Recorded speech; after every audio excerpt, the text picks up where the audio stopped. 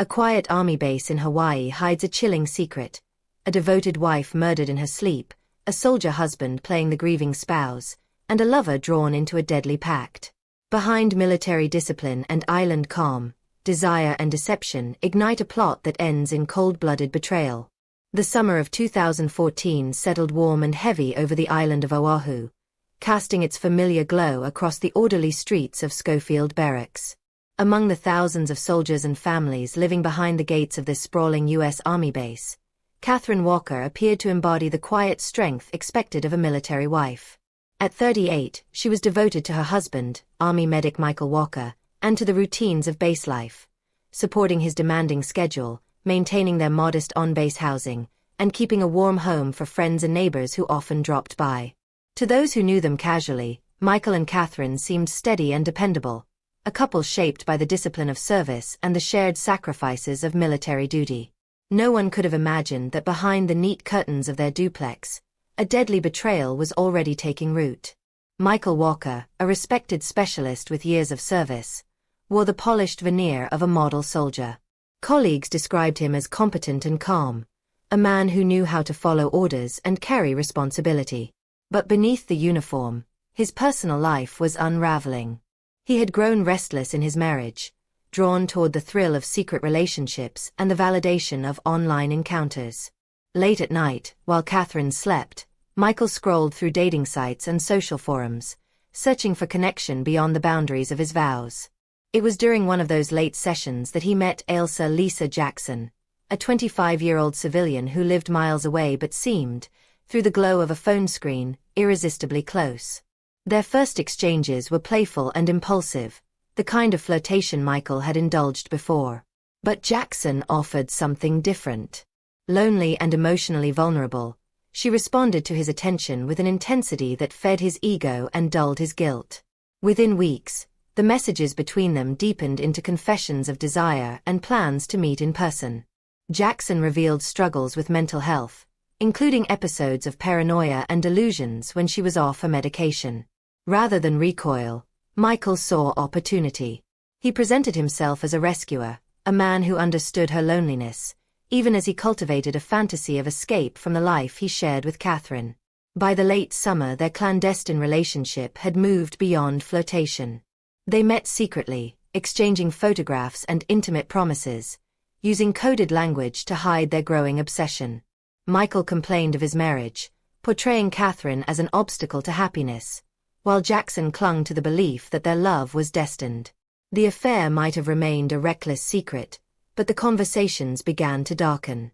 Michael spoke of the impossibility of divorce, of financial entanglements and military benefits that made separation difficult.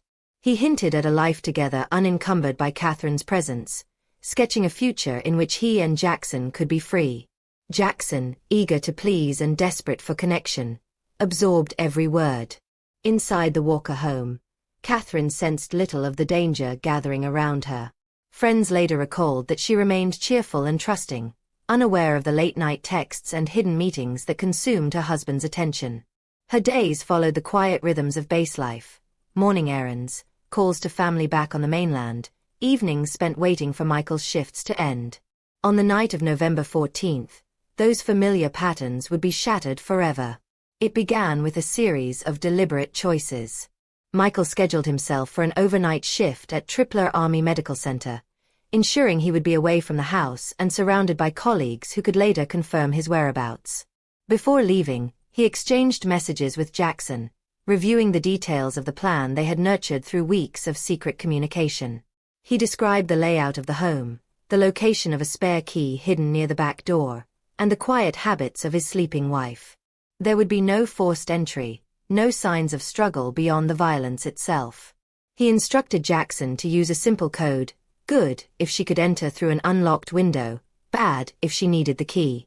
It was the kind of cold precision that investigators would later find chilling. As Michael drove to his shift, Jackson prepared for the night's grim task. Carrying only a small bag, she approached the Walker residence under the cover of darkness, the humid Hawaiian air heavy around her. A message from Michael confirmed the status: bad. The doors were locked, the window secured. She retrieved the key and slipped silently inside. The house smelled faintly of detergent and cooked meals, the ordinary scent of domestic life that made the mission all the more surreal. Moving carefully through the quiet rooms, she selected a knife from the kitchen, its familiar weight both terrifying and necessary. Upstairs, Catherine slept, unaware of the intruder standing at the threshold of her bedroom. Jackson hesitated only briefly before crossing the final distance. In a sudden burst of violence, she stabbed Catherine repeatedly, targeting the neck and torso with frenzied precision. Catherine awoke in confusion and terror, but the attack was swift. Jackson later admitted she waited nearly half an hour to ensure her victim no longer breathed, lingering in the stillness of a room that moments earlier had been a sanctuary. Then, as quietly as she had entered, she left, carrying the knife with her and leaving behind a scene of intimate horror. While Jackson melted back into the night, Michael maintained the facade of routine. He remained at the hospital, greeting co-workers, logging his rounds, and sending the occasional text to his mistress. His alibi was intact. Hours later, he returned home and dialed 911, his voice trembling as he reported the grisly discovery of his wife's body. Responding officers found him distraught, pacing near the doorway of the blood-streaked bedroom. The crime scene told a story of calculated intimacy. No forced entry, no theft, only the brutal evidence of a targeted killing. Military police secured the home as Honolulu detectives joined the investigation. From the outset, the circumstances raised suspicion. The absence of defensive wounds suggested Catherine had been attacked in her sleep. The lack of forced entry pointed toward someone with knowledge of the house. Neighbors reported nothing unusual. No break-ins, no sounds of struggle. Detectives began the painstaking process of collecting fingerprints, swabbing for DNA, and examining digital devices. Michael, the grieving husband, cooperated fully, offering statements and granting access to his phone. His performance of shock and sorrow impressed some investigators, but inconsistencies soon emerged. The timeline of his movements, the peculiar details of his late-night walk, and the calm precision of his statements hinted at a deeper involvement. As the first week of the investigation unfolded, small clues began to pierce the surface of Michael's carefully constructed narrative. Forensic technicians found no evidence of an external intruder. Surveillance cameras around the base showed Jackson's vehicle entering the area on the night of the murder. Digital analysts recovered fragments of deleted messages between Michael and an unidentified woman. Each discovery tightened the circle, transforming a seemingly random act of violence into a case of calculated betrayal. Within the secure walls of Schofield Barracks, a story of love, obsession, and murder was beginning to reveal itself, and the man who claimed to be a grieving husband was moving steadily from witness to suspect. In the days following Catherine Walker's murder, the investigation intensified as military police and Honolulu detectives worked side by side, driven by the unsettling realization that the killer was likely someone Catherine knew. The lack of forced entry, the choice of a kitchen knife from within the home, and the precise timing of the attack left little room for the theory of a random intruder. Detectives focused on Michael Walker, who continued to present himself as the devastated husband. He attended briefings with investigators, offered to answer questions at any hour, and carefully recounted his activities on the night of the killing. To the casual observer, he was a man overwhelmed by loss. To seasoned investigators, however, his composure seemed studied, his grief rehearsed. Detectives began examining the couple's digital lives, searching for hidden communications and unexplained contacts. Michael willingly turned over his phone, confident that his late-night messages had been deleted and his browsing history carefully erased. What he underestimated was the persistence of forensic technology. Specialists soon retrieved fragments of conversations that hinted at a secret relationship. Certain phone numbers appeared repeatedly, linked to text exchanges that stretched late into the night. One of those numbers belonged to Ailsa Lisa Jackson, a name unknown to Catherine's friends and family but destined to become central to the case. The first interviews with Jackson were cautious and brief. Detectives located her through cell phone records and social media profiles, noting that she had no direct connection to the Walkers outside of Michael. When questioned, she appeared nervous and evasive, insisting that she barely knew Michael and had no involvement in the crime. Her story was inconsistent, and investigators quickly noticed gaps in her timeline for the night of the murder. Surveillance footage from base checkpoints placed her vehicle near Schofield Barracks around the estimated time of Catherine's death, contradicting her initial claims. The pressure mounted as detectives confronted her with evidence of phone calls and text messages exchanged with Michael in the hours leading up to the attack. While Jackson struggled to maintain her denial, forensic analysts uncovered the most damning proof: a series of text messages between her and Michael that read like a coded script for murder. In these exchanges, Michael detailed the layout of the house, Catherine's habits, and the locations of spare keys. He instructed Jackson on how to enter undetected, using words like good and bad to indicate the status of doors and windows. One message, sent shortly before the killing, contained the single word bad, signaling that Jackson should use the hidden key. The chilling precision of these instructions left no doubt that the murder was premeditated and that Michael was not merely a grieving spouse but an active participant in planning his wife's death. Investigators confronted Michael with the digital evidence, but he maintained a facade of innocence. He insisted the messages were misunderstood, claiming they related to harmless personal matters. His calm explanations began to fray when detectives revealed that Jackson had been seen near the crime scene. Behind closed doors, they pressed him with questions about his relationship with her. Michael admitted to an affair but denied any involvement in violence, portraying himself as a victim of Jackson's obsession. He claimed she had acted alone, driven by jealousy and mental instability, a narrative that attempted to distance himself from the murder while acknowledging the affair that bound them. The breakthrough came when Jackson, facing overwhelming evidence and the threat of a life sentence, agreed to a second interview. This time she arrived with a public defender and a different demeanor. She admitted to killing Catherine but described Michael as the architect of the plan. In a trembling voice, she recounted how he had nurtured their relationship with promises of a future together, weaving fantasies of marriage and shared happiness if Catherine were no longer in the way. Jackson explained how Michael convinced her that eliminating Catherine was the only path to their imagined life. He provided details about the home, reassured her about his alibi, and encouraged her to carry out the attack while he worked a night shift to avoid suspicion. Her confession filled in the gaps that investigators had painstakingly assembled. She described arriving at the Walker residence, receiving the bad text, retrieving the hidden key, and selecting a knife from the kitchen before climbing the stairs to the master bedroom. She recalled the moment she stood over Catherine's sleeping form, the surge of fear and adrenaline, and the repeated stabs that ended Catherine's life. Jackson admitted that Michael instructed her to remain in the room after the attack to ensure Catherine was dead, a detail that aligned with forensic estimates of the time between the assault and the discovery of the body. With Jackson's statement, prosecutors built a compelling narrative of conspiracy and murder. They argued that Michael Walker exploited Jackson's vulnerability, manipulating her emotions to achieve his goal of removing his wife. Financial records strengthened the case. Michael had recently reviewed Catherine's life insurance policies, which totaled nearly $400,000. He had complained to Jackson about the difficulties of divorce within the military system and the loss of benefits that separation would bring. The promise of insurance money and a life free of marital obligations became central to the prosecution's theory of motive.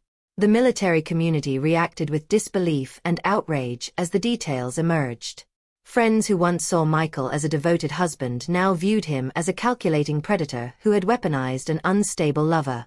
Catherine's family, devastated by the revelations, attended each hearing with quiet determination, listening as prosecutors described the betrayal that led to her death. They learned of the secret meetings, the coded messages, and the cold planning that transformed a marriage into a murder plot. Michael was arrested in early 2015, charged with first-degree murder and conspiracy to commit murder. The Army placed him in custody as civilian and military jurisdictions coordinated the prosecution. Jackson, having confessed and agreed to testify, faced her own charges but secured a plea agreement in exchange for her cooperation. Her testimony promised to expose the inner workings of their deadly relationship, providing jurors with an unfiltered account of how passion and manipulation combined to create a lethal conspiracy. As pre-trial hearings unfolded, Michael's defense team attempted to portray Jackson as the sole instigator, a troubled woman who misinterpreted his words and acted on her own. They emphasized her history of mental illness and argued that she fabricated the conspiracy to reduce her sentence. Prosecutors countered with a mountain of evidence: text messages retrieved from both phones, surveillance footage, phone tower data placing Jackson near the crime scene, and forensic analysis linking the kitchen knife to the Walkers' home.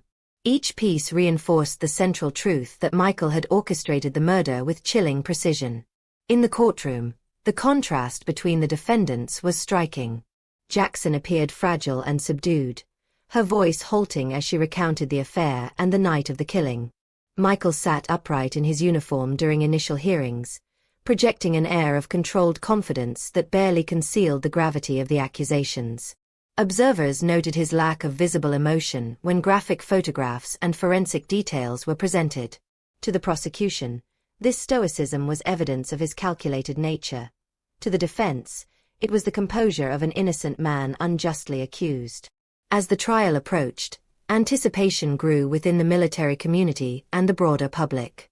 The case was no longer just a story of marital betrayal, but a cautionary tale about the dangers of secrecy and manipulation within a tightly regulated world. Behind the crisp uniforms and structured lives of military families, investigators had uncovered a reality of hidden desires and deadly plans. The once admired army medic now faced the prospect of spending the rest of his life in prison, and the woman who carried out the brutal act prepared to recount every word and action that had bound them together in murder. The trial of Michael Walker unfolded in a federal courtroom that seemed to shrink under the weight of betrayal and calculated violence. Reporters filled the gallery, military families sat shoulder to shoulder with civilians, and Catherine Walker's relatives occupied the front rows, their grief sharpened by months of revelations. The prosecution opened with a stark portrayal of Michael as a man who hid behind the discipline of his uniform while plotting his wife's death.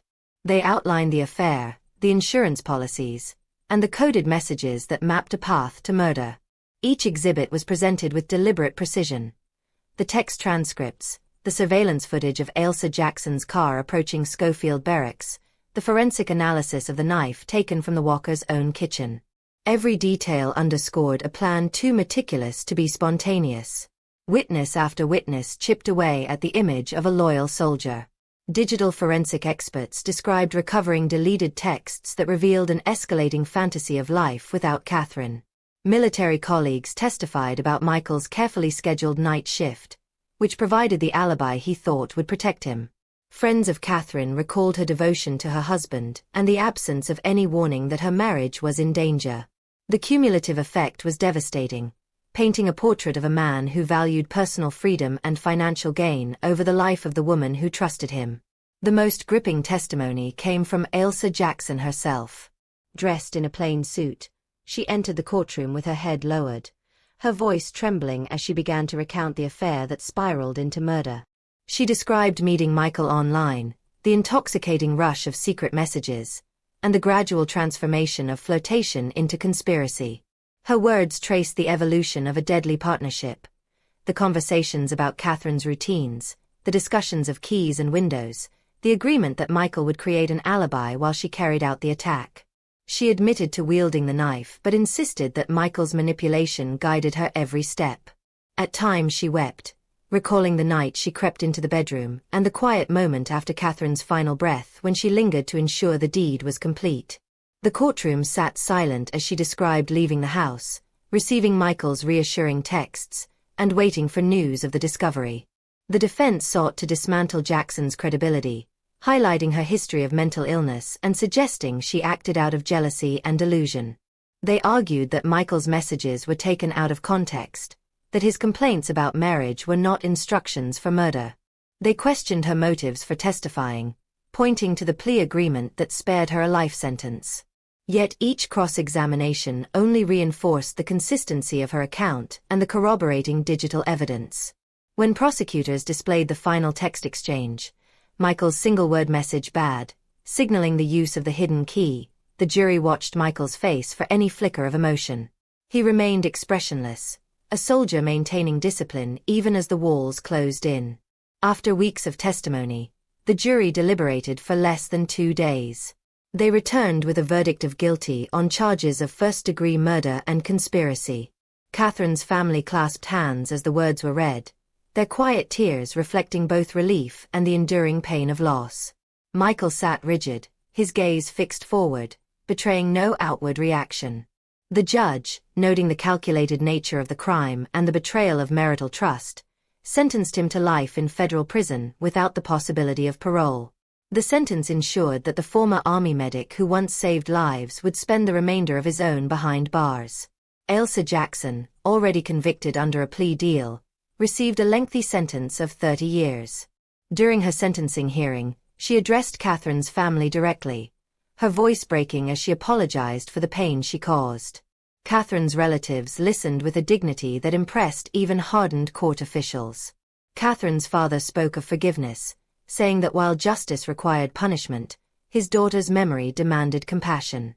His words offered a rare moment of grace in a case defined by cruelty and deception.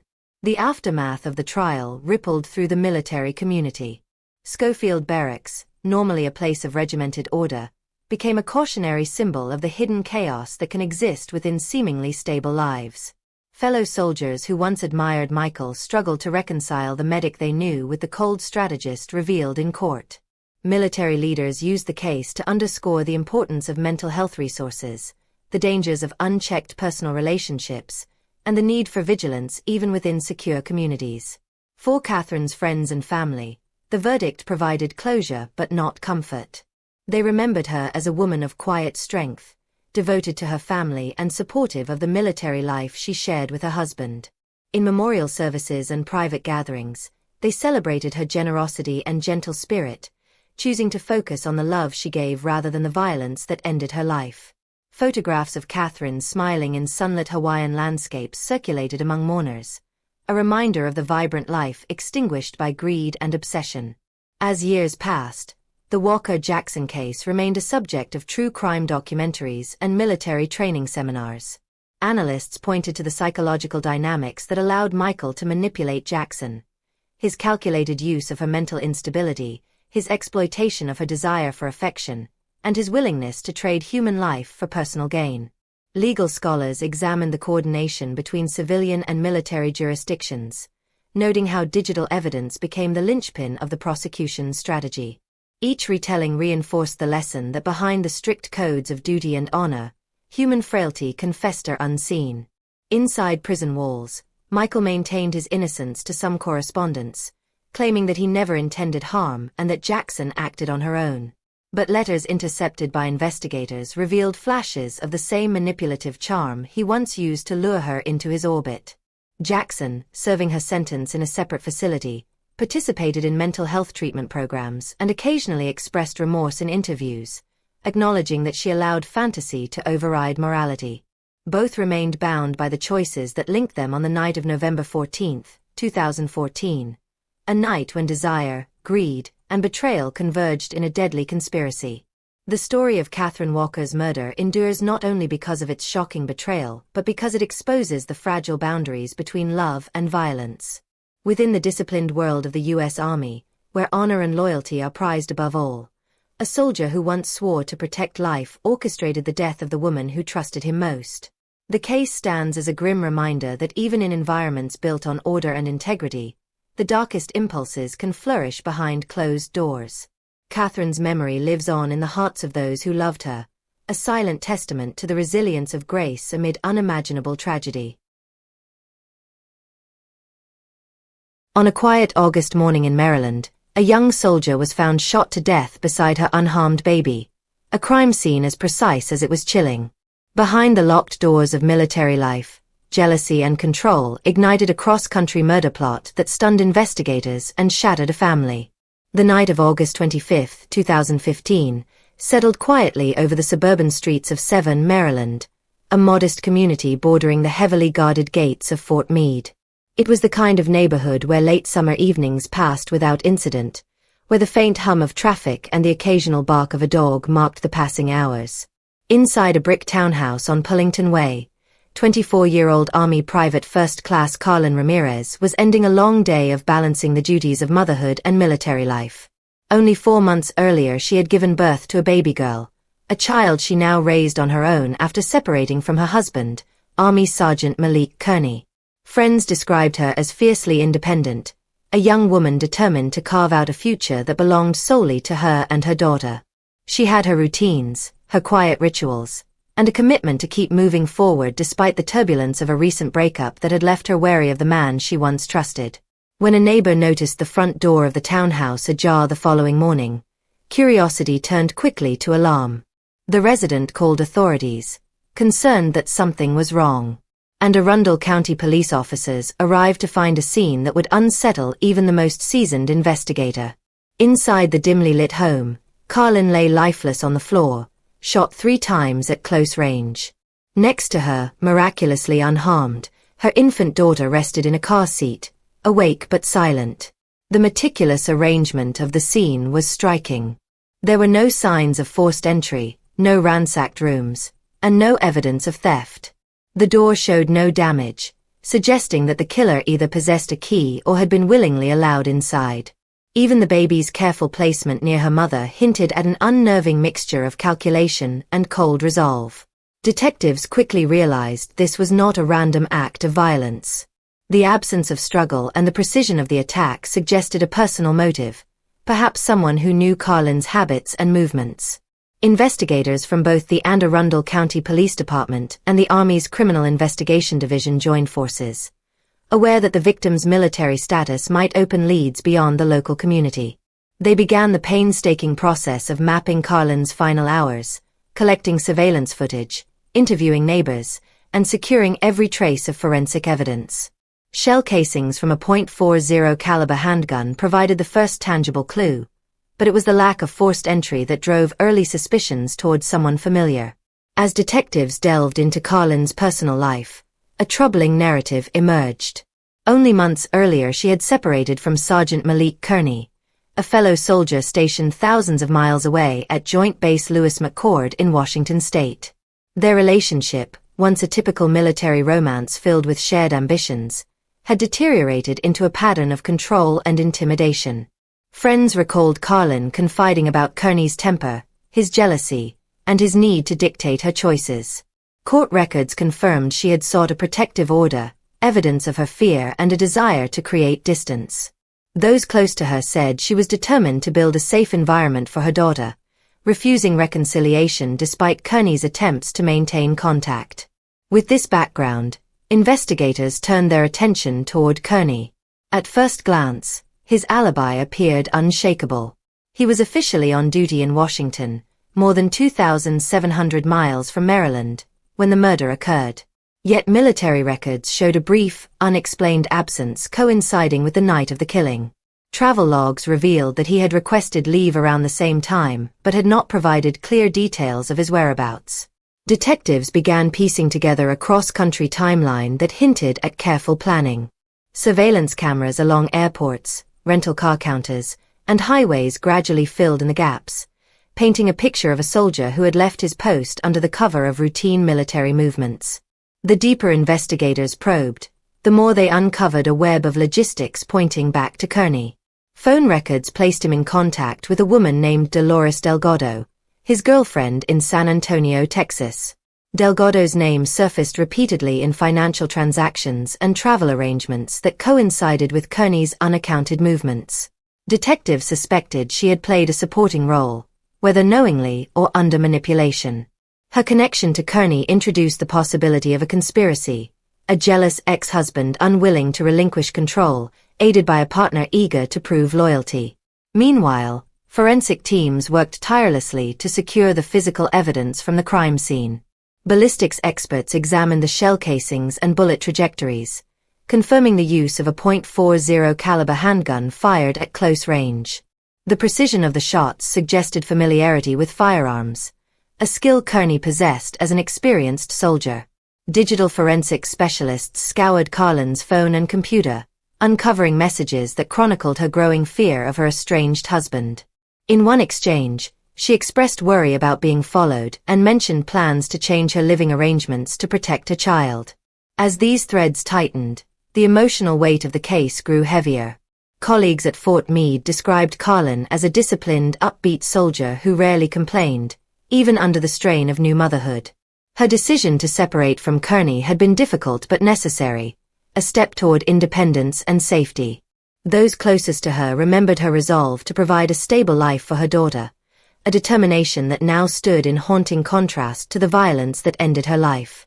Investigators began reconstructing Kearney's possible route from Washington state to Maryland and back again. Rental car receipts indicated he had obtained a vehicle in the days before the murder. GPS data from a borrowed car, along with toll records along Interstate 95, placed him on a path consistent with a covert cross-country drive. Airline logs revealed no commercial flights under his name, reinforcing the theory that he had chosen ground travel to avoid detection. Each piece of evidence, while circumstantial on its own, collectively outlined a journey of premeditation, a soldier leveraging his training to mask a deadly mission.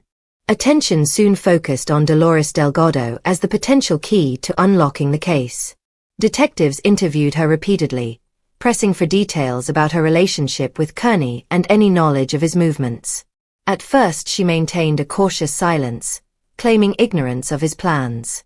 But as evidence mounted, phone records, text messages, and surveillance images showing her lending her car, her resolve began to crack. Under the weight of mounting proof, she eventually admitted that Kearney had borrowed her vehicle and a handgun, both of which matched critical elements of the crime scene.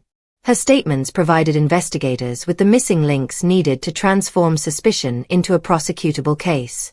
By late 2015, authorities had assembled a chilling portrait of calculated violence. Kearney, unable to accept the end of his marriage and threatened by Carlin's independence, had orchestrated a cross-country trip to eliminate her. Delgado, motivated by devotion or fear, supplied the means, a vehicle, a weapon, and the fragile cover story he needed. The baby's survival, though miraculous, underscored the deliberate nature of the act. This was not a chaotic crime of passion but a mission executed with military precision, leaving investigators both impressed by the meticulous planning and horrified by the coldness behind it. The first phase of the investigation closed with federal agents and county detectives confident they had identified their suspect. Yet the challenge ahead was formidable. They needed to transform a network of circumstantial evidence into a case strong enough to withstand courtroom scrutiny. With Kearney back on duty in Washington and carefully maintaining his composure, investigators prepared for the next stage, a high-stakes pursuit of justice that would test their resolve and reveal the darker truths hidden beneath the disciplined exterior of military life. As investigators tightened their net around Sergeant Malik Kearney, the case shifted from discovery to pursuit. Detectives from and Arundel County coordinated with Army Criminal Investigation Division agents and federal prosecutors to gather every scrap of proof that would hold up under legal scrutiny. They knew the pieces fit together, but each link required verification strong enough to withstand the inevitable challenges of a defense team. Flight records, rental car contracts, toll transponder data, and cell tower pings were cross-referenced against military duty logs. Slowly, the broad outline of a clandestine cross-country journey sharpened into a minute-by-minute timeline. Kearney's leave request from Joint Base Lewis McChord had seemed routine, yet timestamps on digital keycards and surveillance cameras exposed a carefully planned absence. He had left Washington state in the dead of night, traveled thousands of miles to Maryland, and returned to his post before anyone questioned his whereabouts. The breakthrough came when investigators persuaded Dolores Delgado to cooperate. At first she resisted, fearful of implicating herself, but the pressure of mounting evidence forced a reckoning. Interrogators methodically presented her with text messages, call logs, and bank transactions that painted a damning picture. Confronted with proof she could no longer deny, Delgado admitted that Kearney had borrowed her car and a .40 caliber handgun shortly before the murder. She recounted how he arrived in San Antonio unexpectedly, calm but determined, and asked for her help under the guise of a vague personal mission. He promised he would return soon and urged her not to ask questions. In her statements, she described a relationship marked by manipulation, where Kearney's charm alternated with quiet threats of abandonment. Her confession confirmed investigators' theory that the murder weapon had been supplied by someone close to Kearney, and that his journey from Washington to Maryland was not a frantic impulse but a calculated expedition. Armed with Delgado's testimony, federal agents began retracing Kearney's path in exacting detail.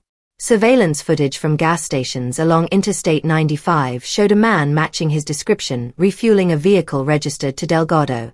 GPS data extracted from the car's onboard system revealed precise stops at rest areas and motels along the route, aligning perfectly with the estimated time of Carlin Ramirez's death. Digital forensic specialists uncovered deleted text messages in which Kearney reassured Delgado of his return and hinted cryptically at finishing what needed to be done. Ballistic analysis completed the chain, matching shell casings from the crime scene to the handgun Delgado eventually surrendered to authorities after Kearney instructed her to dispose of it. Investigators recovered the weapon in a remote field outside San Antonio, where Delgado admitted she had hidden it under his direction. While evidence mounted, prosecutors worked quietly to secure a federal indictment. Because Kearney had crossed state lines to commit the crime, the case qualified as interstate domestic violence resulting in murder, a charge carrying the possibility of life imprisonment. Federal jurisdiction allowed investigators to sidestep potential complications of military versus civilian prosecution and ensured the full resources of the Justice Department could be brought to bear. Agents coordinated surveillance on Kearney as he continued his duties at Joint Base Lewis McChord, documenting his movements and conversations while keeping the investigation confidential. The soldier maintained an outward appearance of discipline and routine, unaware of the growing case building silently around him. In January 2017, nearly 18 months after Carlin's murder, federal marshals moved in. Kearney was arrested during a morning operation designed to minimize risk and prevent escape. News of the arrest spread quickly through military channels, sending shockwaves across Fort Meade and Joint Base Lewis McChord. Fellow soldiers who had once respected his professionalism now faced the unsettling realization that one of their own stood accused of killing a fellow service member. At the same time, Dolores Delgado was charged with conspiracy and related firearm offenses, her cooperation earning her a recommendation for leniency but not immunity. The arrests marked a decisive moment in a case that had demanded patience and meticulous preparation. As pre-trial hearings began, prosecutors laid out the chilling narrative they intended to present to a jury. They argued that Kearney's motive stemmed from jealousy and control. Carlin Ramirez, determined to end an abusive relationship, had filed for a protective order and made clear her intention to raise her daughter without Kearney's involvement. For a man accustomed to authority and obedience, the rejection was intolerable. Investigators described how Kearney exploited his military training to plan an operation with precision, borrowing an unregistered vehicle, avoiding commercial flights, and using a personal connection to obtain a firearm. Delgado's testimony would place him in Maryland on the night of the murder, while forensic evidence tied him to the weapon and the crime scene. Defense attorneys sought to undermine the timeline, suggesting that circumstantial evidence could not definitively place Kearney at the townhouse when the shots were fired. They questioned Delgado's credibility, portraying her as a scorned lover seeking to protect herself by shifting blame. They highlighted the absence of direct eyewitnesses and argued that travel records could be misinterpreted. But the government's case rested on a web of mutually reinforcing evidence. Cell tower data, vehicle GPS logs, toll records, and surveillance images formed a chain too strong to dismiss. Each detail, Delgado's car crossing state lines, Kearney's sudden absence from base, the recovered handgun, corroborated the others. The emotional weight of the proceedings was profound. Carlin's family attended every session, quietly enduring the graphic recounting of her final moments. Fellow soldiers testified about her character, describing a young mother dedicated to her child and her service. Prosecutors introduced the protective order she had filed, a document that gave jurors a glimpse of her fear and determination to break free. Experts explained how domestic violence often escalates when the victim attempts to leave, reinforcing the argument that Kearney's actions fit a deadly pattern of control turned lethal. The presence of Carlin's infant daughter in the home on the night of the murder underscored the calculated cruelty of the act, a fact prosecutors repeated with quiet emphasis. Delgado's testimony became the linchpin of the trial. Taking the stand under the weight of her own charges, she recounted the events leading up to the murder with a mixture of regret and resolve. She described how Kearney confided vague plans for a trip, how he requested her car and weapon, and how he returned days later with a calm demeanor that belied the violence he had committed.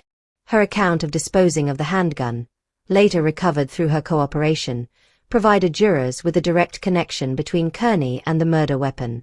Defense attorneys attempted to paint her as unreliable, but her story remained consistent and was supported by the physical evidence investigators had painstakingly gathered. Outside the courtroom, the case drew attention from both civilian and military communities. Advocates for domestic violence victims pointed to Carlin's death as a stark reminder of the dangers faced by service members seeking to escape abusive relationships.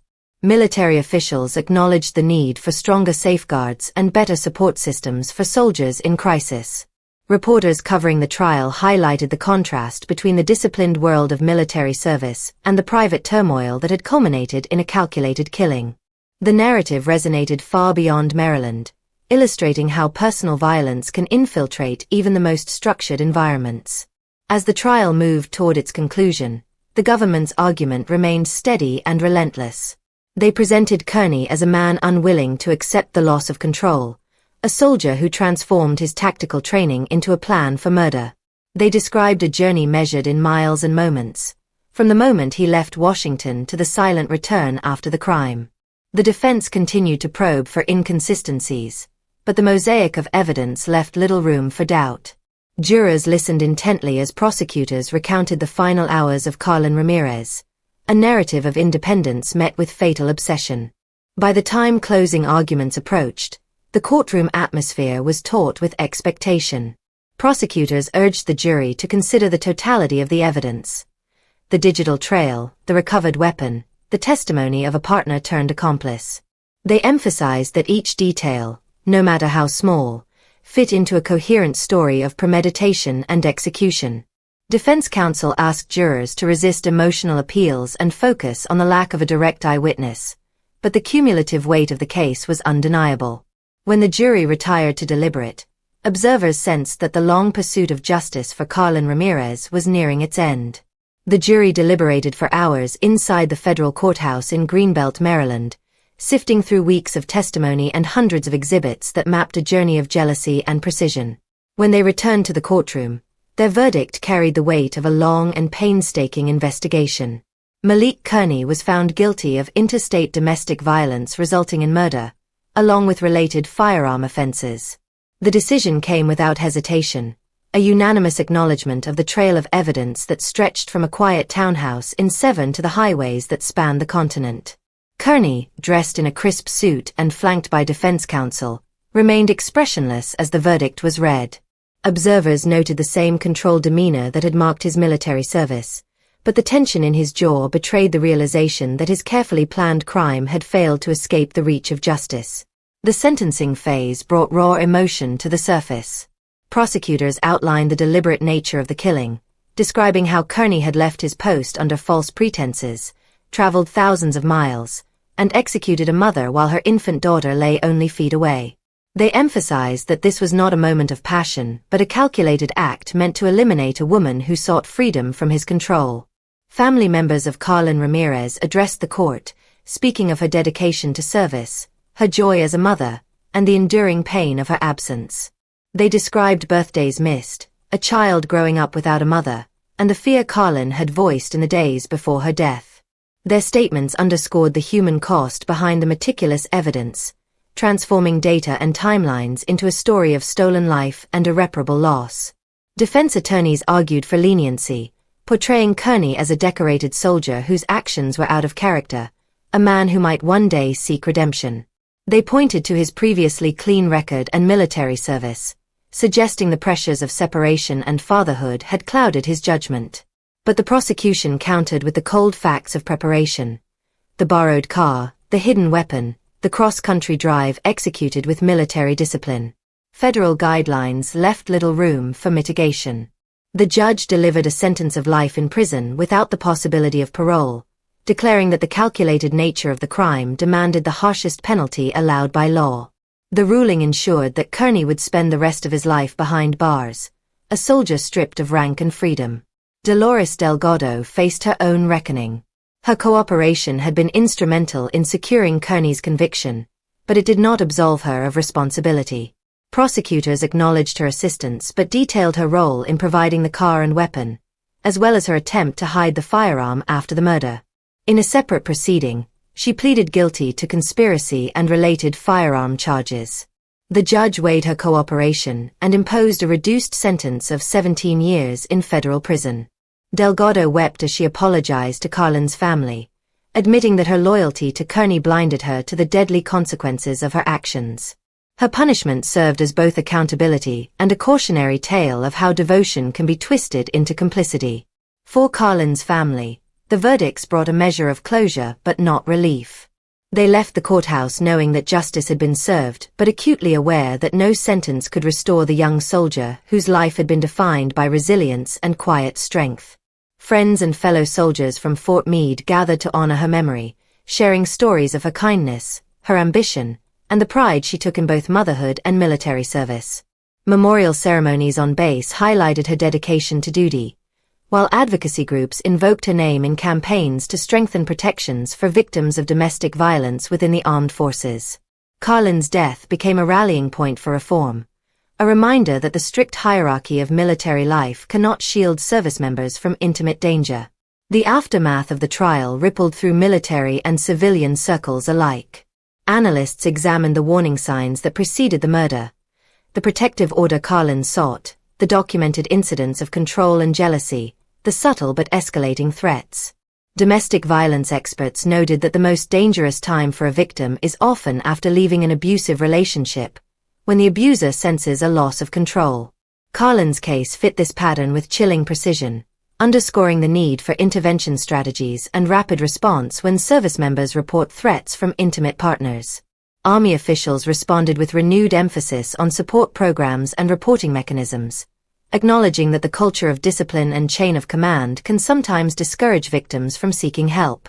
Inside the walls of federal prison, Kearney began a life defined by confinement, stripped of the authority and mobility that once defined his identity.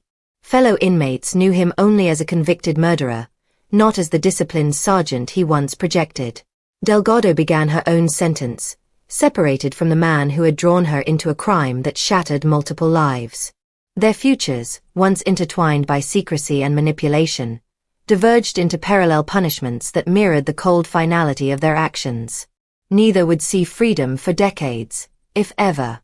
Carlin's daughter, the silent witness to that night of violence, grew under the care of extended family. Protected from the details of her mother's death during her early years, she became a living testament to survival. Family members spoke of their commitment to preserving Carlin's memory, sharing stories of her laughter, her dedication to service, and the love she poured into the short months of motherhood she was granted. Photos of Carlin in uniform, smiling with her baby in her arms, became both comfort and reminder of what had been taken. The case of PFC Carlin Ramirez remains etched in the annals of military and criminal justice as an example of how personal obsession can weaponize discipline and training. Investigators often reflected on the painstaking work required to unravel a crime committed with such precision. Every toll record, every surveillance image, every deleted text message represented countless hours of coordination across states and agencies. Their success demonstrated the power of persistence in the face of a suspect who believed he could outmaneuver the system. Years after the verdict, the townhouse in Severn returned to quiet normalcy, but the story it once held lingers in the memories of those who investigated, prosecuted, and mourned. Neighbors still recall the shock of that summer morning when police cars and crime scene tape shattered their sense of suburban safety. Soldiers at Fort Meade remember the briefings that followed, warning of the hidden dangers of domestic violence. Advocates cite Carlin's name in workshops and policy discussions, ensuring that her death continues to drive reforms intended to protect others in uniform. The murder of Carlin Ramirez exposed a collision of personal violence and military life, revealing how control, jealousy, and fear can lead to irreversible tragedy. Her determination to create a safe future for her child was met with a lethal act of possession, a reminder that freedom from abuse can carry its own risks. Yet her story also illuminates the strength of those who seek justice, from investigators who refused to be deterred to family members who demanded accountability. In the end, the verdicts delivered more than punishment. They affirmed the value of a life dedicated to service and the enduring power of truth to overcome even the most calculated deception. On a freezing New Year's Eve in Michigan, a decorated young soldier stepped into his family driveway and never returned. Behind the sudden gunfire lay a secret affair, a cross-state conspiracy, and a chilling betrayal that turned love into lethal ambition. This is the calculated murder of Sergeant Tyrone Hassel III. The final hours of 2018 settled over St. Joseph Township, Michigan, with a kind of crisp winter quiet that carries every sound. Houses along Colfax Avenue were strung with fading holiday lights, their reflections glittering on patches of icy pavement. Inside one modest home, the Hassel family gathered in celebration. 23-year-old U.S. Army Sergeant Tyrone Hassel III had returned from Fort Stewart, Georgia, on holiday leave, bringing his wife, Specialist Kimia Hassel, and their infant son to spend New Year's Eve with his father. Tyrone's arrival was more than a family reunion. It was a moment of pride. A disciplined young soldier who had served overseas, he embodied the dedication and steadiness that his relatives admired. Photographs taken that evening show him smiling easily, a proud father holding his baby, unaware of the danger that waited outside. As midnight approached, Tyrone offered to carry leftovers and gifts to the family car. The night air was sharp, the streets still. He stepped into the driveway balancing containers of food, his breath a faint cloud in the cold. A sudden burst of gunfire tore through the silence. Neighbors later described hearing a rapid series of shots, a sound so abrupt that some thought fireworks had begun early. Tyrone collapsed on the pavement, struck repeatedly. Inside the house, startled relatives rushed to the door. Kimia's voice pierced the night as she called 911, pleading for help while her husband lay bleeding. Paramedics arrived within minutes, but the wounds were catastrophic. Tyrone was pronounced dead before doctors could attempt surgery. The killing stunned the quiet Michigan community. Initial speculation focused on a possible robbery or random act of violence. Yet detectives quickly noticed details that challenged those theories. Tyrone's wallet and phone remained untouched. Nothing was taken from the vehicle or the driveway. Whoever fired the shots had acted with precision and then disappeared into the winter darkness. St. Joseph Township Police, accustomed to property crimes and occasional domestic disputes, suddenly faced a calculated homicide. Detectives began the painstaking process of reconstructing the victim's final hours. They interviewed family members, friends, and fellow soldiers, looking for anything that might reveal a motive. Tyrone's father described a son devoted to both duty and family, a young man who balanced military discipline with warmth and humor. Neighbors spoke of a cheerful visitor who seemed to have no enemies. Yet as investigators widened their circle, they learned that Tyrone's marriage, while outwardly stable, carried undercurrents of tension. Kimia Hassel had met Tyrone during their military service. To those who saw their social media posts, the couple appeared enviably happy. Two soldiers building a future together, raising a baby, and navigating the challenges of army life. Behind that image, however, were arguments about time apart, the strains of deployment, and the complexities of young parenthood. Relatives recalled occasional disagreements but nothing that suggested violence. Still, the police could not ignore the possibility that someone close to the family might hold the key to the mystery. As detectives examined Tyrone's digital footprint, they found no evidence of threats or disputes that might lead to a targeted attack. His banking records were normal, his military record clean. The absence of a clear motive deepened the puzzle. Attention turned to Kimia, the last person to see him alive. Her statements to investigators were consistent and calm, describing a sudden eruption of gunfire and a fleeting glimpse of a shadowy figure. She expressed grief but maintained composure, a demeanor some officers found striking given the brutality of the crime. The investigation moved into the realm of forensic science. Ballistic experts analyzed shell casings recovered from the driveway, concluding that the shooter used a handgun fired at close range. Surveillance cameras in the neighborhood yielded grainy images of a dark vehicle circling the area before the attack. Tire impressions matched those of a mid-sized sedan but provided no license plate or definitive lead. With winter temperatures hampering the collection of trace evidence, the case seemed poised to stall. Then came a breakthrough from the digital realm. Cell phone records, obtained through warrants, revealed unusual patterns of communication in the hours surrounding the murder. Investigators noticed that Kimia's phone had exchanged frequent messages with an out-of-state number linked to Fort Stewart, where both she and Tyrone were stationed. The timing of those messages, some sent just before the shooting, raised immediate suspicion. Further analysis traced the number to specialist Jeremy Cuellar, a fellow soldier and acquaintance of the couple. Detectives dug into Cuellar's background and discovered a complex web of connections. He and Kimia had trained together and maintained regular contact despite being assigned to different units. Their interactions, initially dismissed as friendly exchanges between colleagues, took on new significance when digital forensics uncovered deleted Snapchat messages and hidden conversations. Among the recovered fragments were hints of an intimate relationship and discussions that, while cryptic, suggested planning beyond casual chat. The emerging picture unsettled investigators. If Kimia and Cuellar were more than friends, could jealousy or desire have fueled a deadly plot?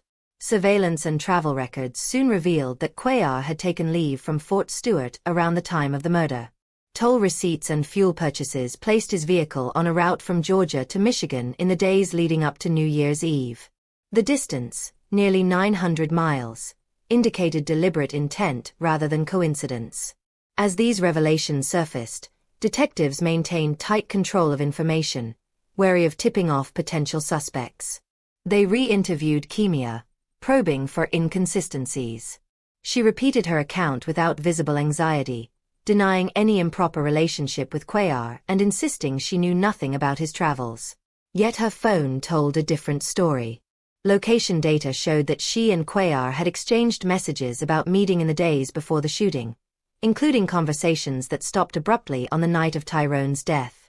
The combination of ballistic evidence, travel logs, and digital communication began to form a narrative of calculated betrayal. It appeared that Jeremy Cuellar had driven across multiple states to execute a carefully timed ambush.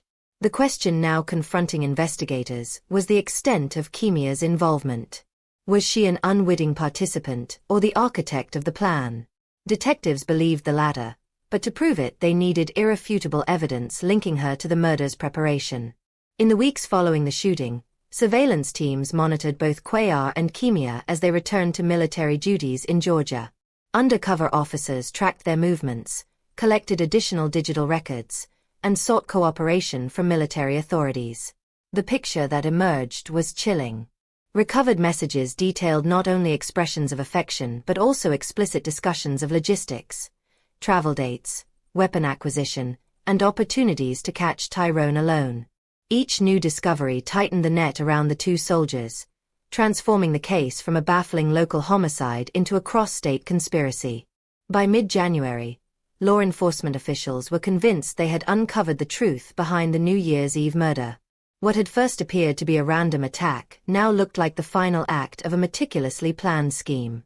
As arrests loomed, the community that had mourned a fallen soldier braced for revelations that would expose not only a killer but also the cold calculus of those closest to him. The arrests came quietly but decisively, the product of weeks of coordination between Michigan detectives and military investigators at Fort Stewart. Jeremy Cuellar was taken into custody first, confronted with the digital trail that charted his journey from Georgia to Michigan and back. He initially denied any involvement, insisting that his leave was coincidental and his relationship with Kimia purely platonic. Yet the evidence arrayed against him was formidable. Cell tower pings traced his movements with uncanny precision, placing his phone near the Hassel family home at the exact time of the shooting. Toll booth cameras captured his vehicle heading north days before the murder and returning south shortly after. Surveillance footage from a Michigan gas station even caught a fleeting image of Cuellar alone, refueling late at night. The pattern of travel and the timing of each stop left little room for innocent explanation. Investigators applied steady pressure, presenting their findings during long hours of interrogation. Forensic analysis of Cuellar's phone uncovered deleted Snapchat messages that, once restored, revealed conversations with Kimia filled with coded language and veiled references to getting it done and making a move. The more detectives showed him, the more his resolve weakened. After days of questioning, Cuellar finally broke. In a quiet interview room, he admitted to driving nearly 900 miles to kill Sergeant Tyrone Hassel III. His confession opened the floodgates, providing the chilling details of a plan born not from sudden rage but from months of clandestine communication and cold calculation. According to Cuellar's statement, the affair with Kimia had intensified during shared deployments and long hours away from spouses and families. They found in each other a dangerous mix of excitement and escape. What began as flirtation evolved into late-night meetings, secret exchanges, and eventually conversations about a future together. Tyrone's presence was an obstacle to that imagined life. Cuellar described discussions in which Kimia lamented her marriage and speculated about benefits she might receive if Tyrone were gone, including military death gratuities and life insurance payouts. Over time, those conversations hardened into a plan. Kimia allegedly proposed the idea outright, assuring Cuellar that her husband's routines during holiday leave would create the perfect opportunity. Cuellar recounted how he left Fort Stewart under the pretense of visiting family, carrying a handgun obtained through contacts in Georgia. He drove for 2 days, sleeping in his car, and arrived in Michigan on December 30th. He scouted the Hassel residence, noting the driveway, the lighting, and potential escape routes. On New Year's Eve, he parked nearby and waited in the freezing dark. When Tyrone emerged carrying food containers, Cuellar stepped from the shadows and opened fire, striking his target multiple times before fleeing into the night. He returned to his vehicle and began the long drive south, discarding shell casings and cleaning the gun along the way. His account matched ballistic evidence and surveillance records, leaving little doubt about his role as the triggerman. While Cuellar's confession provided a crucial breakthrough, investigators still needed to establish Kimia's complicity beyond the ambiguous messages. They examined her financial records, looking for signs of impending payouts or unusual transactions. They scrutinized her behavior immediately after the shooting, noting her calm demeanor during interviews and her ability to maintain military duties despite the violent loss of her husband. Friends and fellow soldiers described her as composed to the point of detachment, a quality prosecutors would later argue reflected calculation rather than grief. The recovered digital exchanges proved damning. Forensic technicians reconstructed deleted Snapchat and text messages showing Kimia encouraging Cuellar and discussing travel logistics. One message outlined the best times to find Tyrone outside alone. Another advised on when she would be with family to provide an alibi. Investigators also discovered that Kimia had researched life insurance benefits and death gratuities in the weeks leading up to the murder. These findings transformed suspicion into certainty. Armed with Cuellar's confession and the digital evidence, prosecutors prepared charges of first-degree premeditated murder and conspiracy to commit murder against both suspects.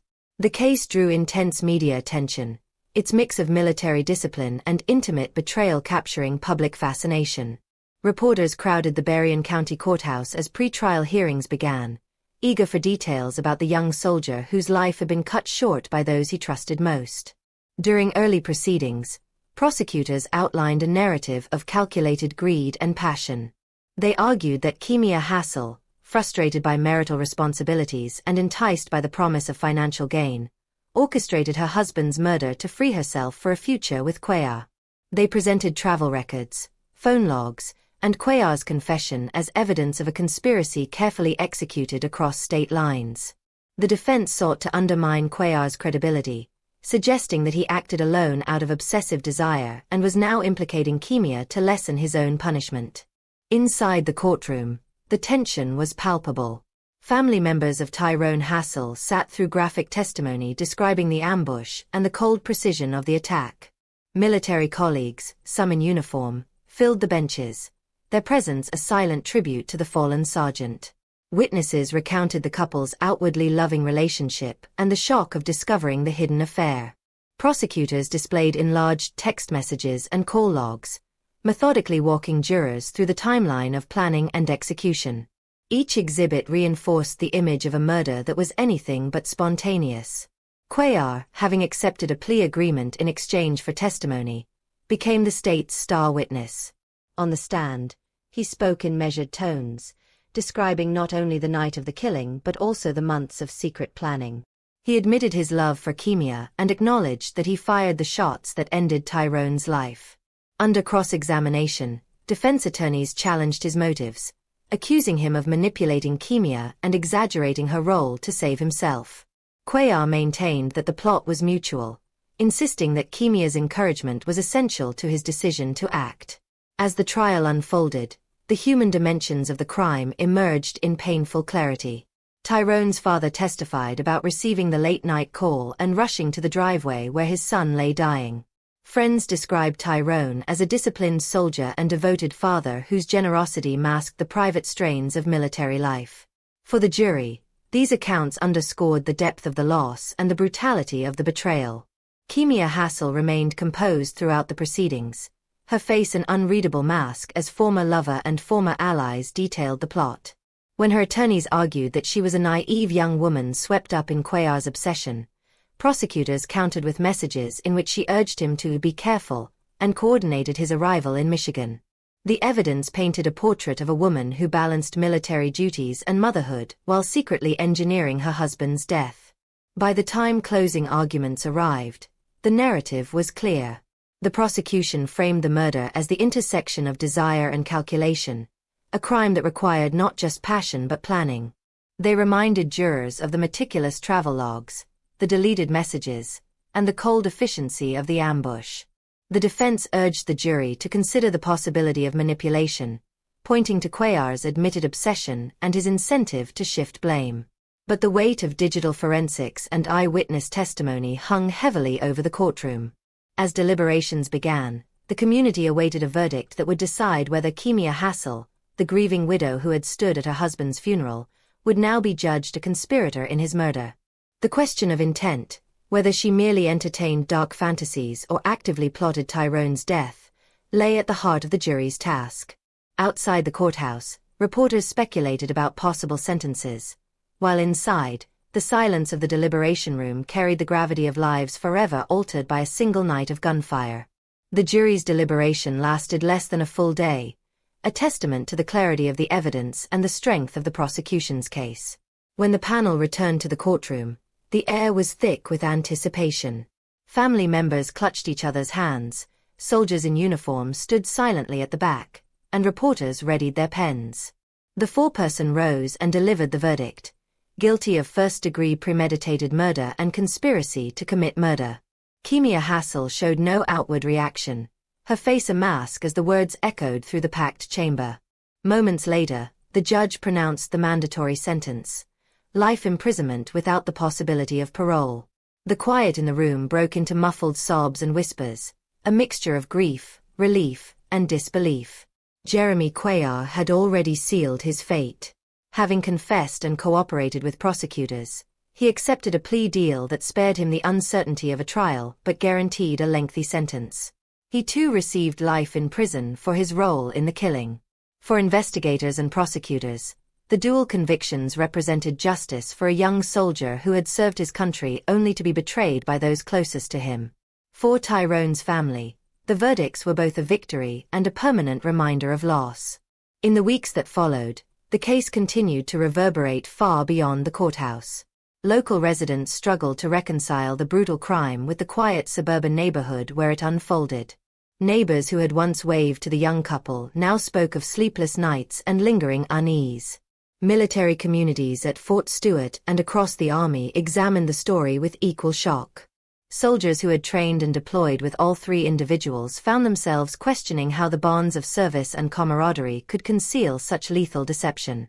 At Kimia's sentencing hearing, members of Tyrone's family addressed the court, their voices breaking as they described the void left by his death. His father recounted the pride he felt watching his son rise through the military ranks and the horror of finding him dying in the driveway. He spoke of the grandson who would grow up without a father and the bitter realization that the child's mother was responsible for the tragedy. Other relatives remembered Tyrone as a man of quiet strength, someone who balanced discipline with a gentle sense of humor. Each statement underscored the profound human cost of the crime, a cost that extended beyond the prison walls that would now confine both perpetrators. For prosecutors, the case stood as a textbook example of how digital evidence can expose hidden motives. Cell tower data, Snapchat recoveries, and location tracking formed a web of proof that neither defendant could escape. Detectives later reflected on the investigation's turning points, from the first suspicious phone records to the painstaking reconstruction of deleted messages. They described a sense of inevitability once the data aligned, a realization that technology had preserved a record of betrayal even as the conspirators believed their secrets would vanish. Military officials at Fort Stewart also conducted internal reviews, considering the challenges faced by young soldiers balancing deployments, marriages, and the isolation of base life. While no policy changes could have prevented the crime, the case sparked conversations about mental health resources, relationship counseling, and the pressures that can fester in the tight-knit environment of a military installation. Chaplains and counselors reported an increase in service members seeking guidance, a quiet ripple effect of a tragedy that began with a clandestine affair and ended in calculated violence. Media coverage of the trial and sentencing introduced the public to the stark contrasts of the case. Photographs of Tyrone in uniform, smiling with his infant son, standing proudly with his unit, appeared alongside images of Kimia in court, her expression unreadable as jurors weighed her fate. Commentators noted the chilling dissonance between the disciplined world of the U.S. Army and the reckless, selfish motives that drove the murder. True crime programs later chronicled the events in documentaries and podcasts, dissecting each twist of the investigation and each detail of the lovers' secret communications. Inside prison walls, both Kimia and Cuellar began serving their life sentences.